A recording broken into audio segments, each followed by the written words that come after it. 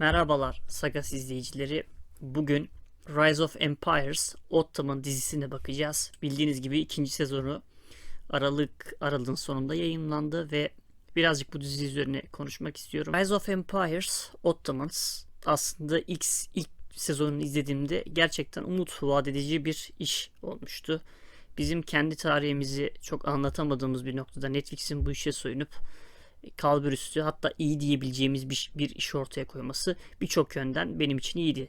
Tabi birebir tam olarak tam dizi demesek de yarı dökü drama, yarı dizi tarzında desek de dizinin bu yapıda olması sizi sanki %100 tarihi anekdotlara dayanıp %100 kesin doğru bir tarih anlatımı yapacağını düşünüyorsunuz ama dizi bu noktada sizi birazcık yanıltabiliyor. Yani kendi tarihimize bu kadar önem veremediğimiz yerde bu projeye onay vermesi gerçekten tebrik edilesi bir durum. Ki iyi ya da kötü Netflix yerli yapımlar, Türk yapımlarına yer veren bir platform. Ama şunu da söylemek gerekiyor ki bazen bazı yapıyı Türk yapımını tüm dünyaya sattığı için Netflix bazı şeyleri kesiyor ve bu gerçekten sinir bozucu bir durum. Tarihi şahsiyetlerimizden birini anlatıyorsanız bazı şeyleri kesemezsiniz. Mesela birinci sezonda sanıyorum İstanbul kuşatması sırasında herkes Akşemseddin'i bilir. Akşemseddin'in rolü tamamen kesilip sadece mağara karakterinin, ki Fatih'in üvey annesi diyebileceğimiz bir karakterin gökten astrolojik bir işaret verip fethin olacağını haber vermesi gibi bir durum söz konusuydu. Bunu ben göz ardı etmiştim ilk sezonda ve zaten ilk sezonu genel anlamda beğendiğimi de söyleyeyim. İkinci sezonda bu şekil değiştirerek devam ediyor. Yani açıkçası bu beni hayal kırıklığına uğratıyor. Bir şeyi görmezden geliyorsunuz. O şey hata olarak devam ediyor. Gözünüze sokularak devam ediyor. Mesela bu ikinci sezonda Bibliomancy denilen, hani bir kitabı alıyorsunuz. O kitaptan kutsal bir kitap olması gerekiyor. Hristiyanlarda bu İncil olabilir, işte Yahudilerde işte Tevrat olabilir vesaire. Antik Yunan'da bu işte İlyat olabilir, Odisey olabilir. Böyle kitapları alıyorsunuz. Gözünüzü kapatıyorsunuz. Oradan bir şey, rastgele bir sayfadan bir şey seçiyorsunuz. Bu da sizin geleceğinizle ilgili size bir işaret gösterebiliyor.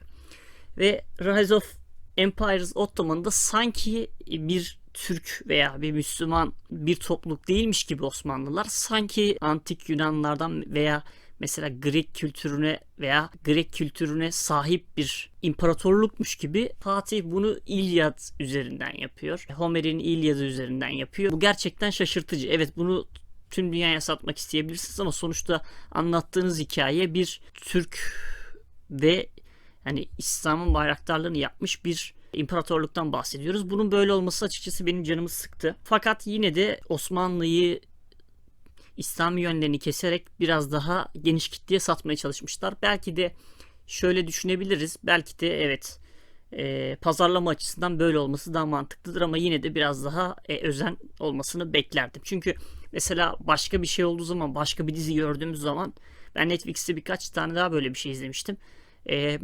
Mesela bir Japon samuraylarla ilgili, şu an adını hatırlamıyorum ama samuraylarla ilgili bir şey izlemiştim. Orada mesela Budist öğelerin o dizide olması beni rahatsız eder mi? Etmez. Veya işte diyelim ki Vikings izliyorsunuz. Vikings'te paganizm var ve pagan öğelerini izlemek sizi rahatsız eder mi? Etmez. Dolayısıyla bu otantikliğin, her kültürün otantikliğinin korunması gerektiğini düşünüyorum. O yüzden bu durum beni rahatsız etti. Onun dışında mesela dizinin danışmanlarına baktığımız zaman Emrah Hoca'yı biliyorum. Emrah Sefa Hoca'yı biliyorum. Buradan da selam olsun bu videoyu görürse. Hani bir söyleşisine vesaire denk gelirse bu konuyu özellikle kendisine soracağım. Danışmanlık, yani Emrah Safa Hoca'yı takip ediyorum ben de ve iyi bir şekilde danışmanlık yaptığına şüphem yok. Ama yani diğer danışmanlar da bu kadar yetkin mi, ondan emin değilim.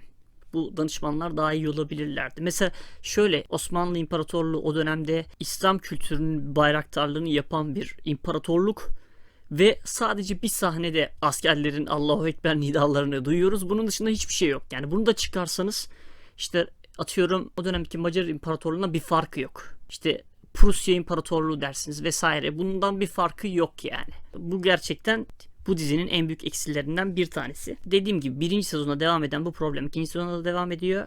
Gelelim, oyunculuklar bence gayet başarılı. Özellikle ben başrol oyuncusu Cem Yiğit Üzümoğlu'nu bu diziyle birlikte tanıdım ve gerçekten kendisini takip ediyorum. Beğendiğim Türk oyuncular arasında ismini yazdırdı ve bir sonraki projelerine takip edeceğim. Tuğba Büyüküstü'nün Mağara karakteri de gerçekten iyiydi ki birçok kişi bilmeyebilir. Gerçekten Fatih Mağara'yı böyle diplomatik işlerde kullanmış. Bilmiyorum, şurada bir kitap var zaten. Fatih'le ilgili okuduğum bir kitap. Göstereyim size. Bu Halil Lazcı'nın kitabında da zaten buna yer veriliyordu diye hatırlıyorum. Yani bayağı kapsamlı bir kitap. Eksik noktalardan bir tanesi Fatih'in kişiliğiyle ilgili belki tarihi kaynakların çok yetersiz olmasından dolayı çok değinilmemiş. Evet, bir iki sahnede savaşla ilgili işte taktiğe karşı kontra taktiği yapıyor olması güzeldi. Kararlılığını zaten ilk sezonu da göstermişlerdi. Burada da devam ediyor. Fatih'in Yunanca bildiğini ve antik eserlerle ilgilendiğini biliyoruz. Dizide sadece bunu yanlış vermişler. Yani Fatih bibliomansiyi uyguladığına dair ben bir şey okumadım. Özellikle baktım. Ben mi yanlış biliyorum diye, böyle bir şey ne internette bulabildim ne okuduğum şu kitapta da öyle bir şey görmemiştim. Birkaç eser daha okumuştum ve ben böyle bir şey karşılaşmamıştım. Fatih'in İlyada'yı vesaire okuduğunu, işte Yunan tarihiyle ilgili olduğunu biliyoruz. Burada bir problem yok ama bibliomansiyi hadi uygulattırıyorsunuz. Uygulattırdığınız şey İlyada olmasın ya. Övmemiz gereken noktalardan bir tanesi Osmanlı tarihinin biraz daha ün kazanıyor olması.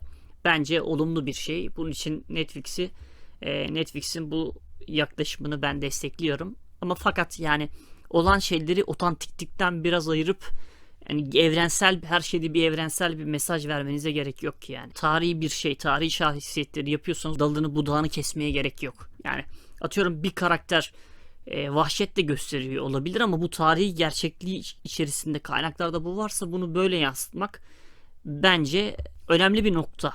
Osmanlı tarihini seviyorsanız ve Fatih'in kişiliğine bir ilgi duyuyorsanız, yine de çok fazla, her ne kadar kişilik özellikleriyle ilgili çok fazla şey göremesek de birkaç sahnede Fatih'in kişiliğiyle ilgili birkaç detay verilmiş en azından, ama yine de yeterli değil. Kitap okusanız, yani kitap okusak ki Türkiye'de kitap çok okumadığını biliyorum. Daha fazla bilgi alırsınız. Daha geçerli bilgi alabilirsiniz. Ama yine de bir göz atmanızı isterim yani. Ben şöyle söyleyeyim. Bunu Osmanlı tarihine ve Fatih'e özel bilginiz varsa izlemelisiniz. Ama bu diziye şu muamele kesinlikle yapılmamalı yani. %100 doğrudur ki az önce verdiğim örnekteki bibliomansi Fatih'in yapmadığı bir şey, yaptıysa da İlyad'la yaptığına dair hiçbir şey yok elimizde ve bunu neden böyle sağlamışlar bilmiyorum. Pazarlama stratejisi olarak diyebiliriz. İzlemelisiniz dediğim gibi, fakat bunu %100 doğru olarak kabul etmeyin. Ben ilk sezonu iyi bulmuştum fakat aynı problemler bu sezonda da devam ettiği için Rise of Empires, Ottoman benim için, ikinci sezon için konuşuyorum. İkinci sezonu benim için vasat üstüdür. Ama genel anlamda iyi diyebilirim. Yüzeysel de olarak bazı bilgiler verdiği için, tarihi olan ilgimizi arttırdığı için iyi diyebilirim. Fakat ikinci sezon ilk sezondaki hataları devam ettirdiği için bence vasat üstüdür. Şunu da eklemeliyim ki 3. sezonu gelirse işte sonuçta Fatih ile ilgili anlatılacak daha hikayeler vardır. Mesela Papa ile olan mektupla yazışması vesaire falan. Böyle şeylerin de olduğu bir 3. sezonu bekliyorum açıkçası. 3. sezon gelirse izleriz ama dediğim gibi bazı şeyleri bu kadar kesip budamaya gerek yok. Bu videodan bizden bu kadar. Siz de diziyi izlediyseniz veya izlemek istiyorsanız alta yorum yazabilirsiniz diziyle alakalı. Belki birinci sezonu izlemişsinizdir. Belki ikinci sezonu izlemişsinizdir. Veya yeni görmüşsünüzdür. Yorumlarınızı alta yazabilirsiniz. Görüşmek üzere. Hoşçakalın.